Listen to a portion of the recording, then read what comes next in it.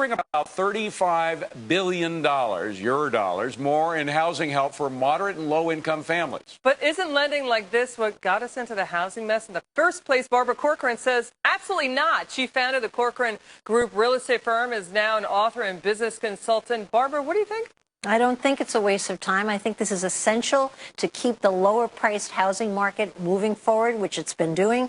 And I think it's easily going to get confused with some of the wasted money of the past, and it's a shame because it's going to get a bad reputation before it's even out of the gate. Well, what we're talking about, the mechanism by which they pay out this money is there are these things called housing finance agencies. They're government-operated, state by state, and the feds would essentially put $35 billion through Fannie and Freddie, using that as the finance vehicle, but for homes that may be near defaulting. If they do default, the taxpayer then picks up the tab. Yeah, but there's a confusion there. It's not about the homes that are defaulting. These are new loans. They're not lending the money. They're merely guaranteeing the loans. Now, the argument here is, hey, why guarantee loans if they're shaky loans? We're going to wind up in a worse spot than we ever were, but it's just not the truth. The truth is these are buyers who are qualified for the financing. They have the income confirmed. They're not like the old liar loans that we heard so much about. They also have the right credit scores. These are careful loans. The problem is they're for the poor and the middle income people, and that always is an easy target to hit on.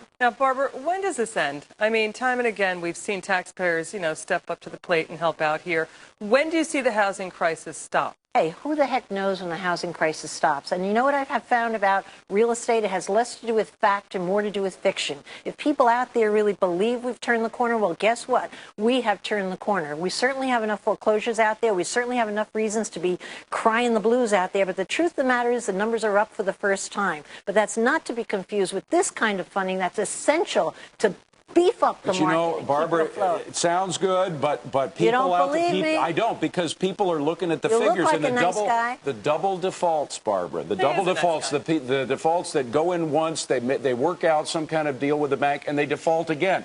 They're up to like over 50%. They are up over 50%. I agree with you, but these are not about people who are double defaulting. This is a new group of people who can qualify legitimately for the funding, and the state's job is to help them get it. And this is not just about reducing a rate to these people. They're not looking for any great deal. All they're looking to do is take advantage of the FHA funding that's there, have 3% down, have enough to close, and get their chance in life. And these people, sadly, with enough of this chatter, is going to pay the price for the bad guys of the past. They're not bad guys. They're good guys here, and they shouldn't be confused. Well, they're getting a lot of help. Let's face it, all right? $35 billion is a lot of money.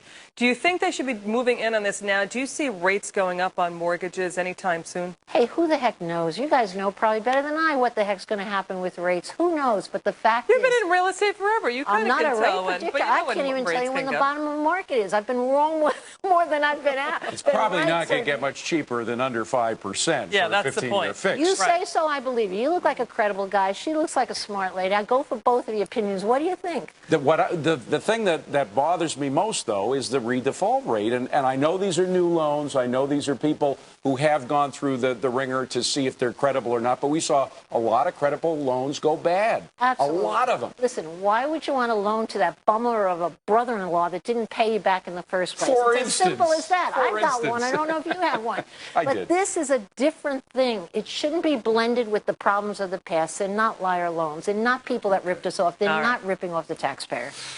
You're quite the saleswoman, Barbara. I believe it. Yeah. I wouldn't sell if I didn't believe it. I'm the first guy to complain about the people that rip you off. I don't want my tax dollars going there. All right. Barbara Corcoran, good to see you. Thank you very much. Good to see you. Pleasure. Appreciate it.